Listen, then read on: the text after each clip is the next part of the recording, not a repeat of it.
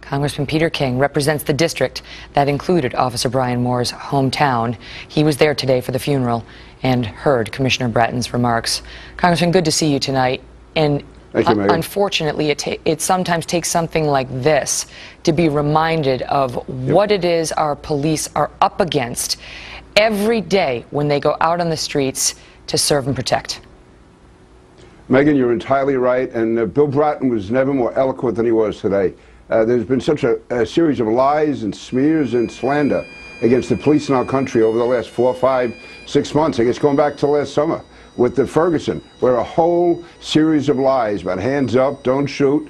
Fact is, the police officer did the right thing, and Michael Brown was a thug and a goon. He was a criminal. And it's as simple as that, and yet the police were the ones who were blamed for that. In the final analysis, the cop was vindicated, the national media was silent on it, there were riots in the street, and the cops got blamed for that also.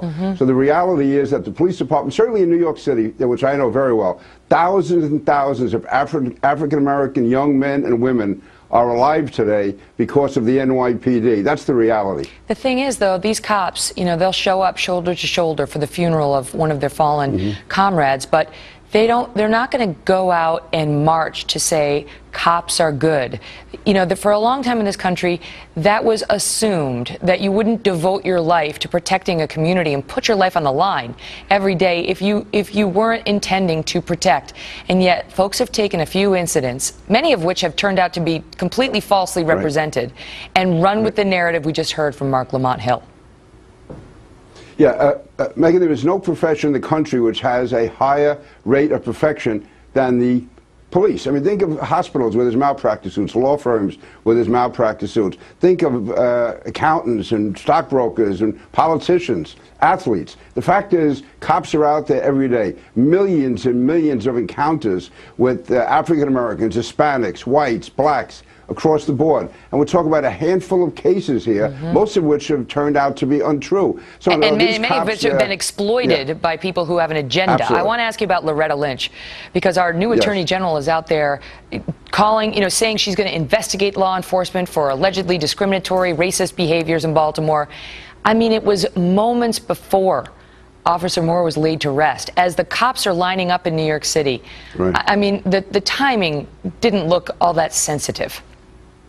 No, it was not sensitive at all. And the fact is, if that was the other way around, it would be targeted as being racism.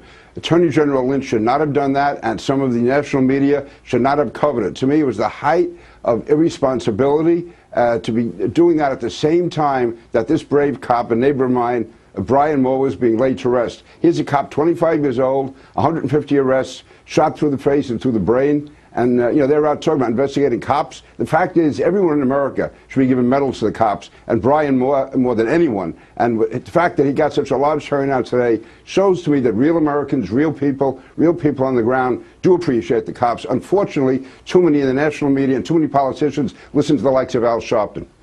Congressman King, good to see you. Megan, thank you. Thanks for this. Thank you very much.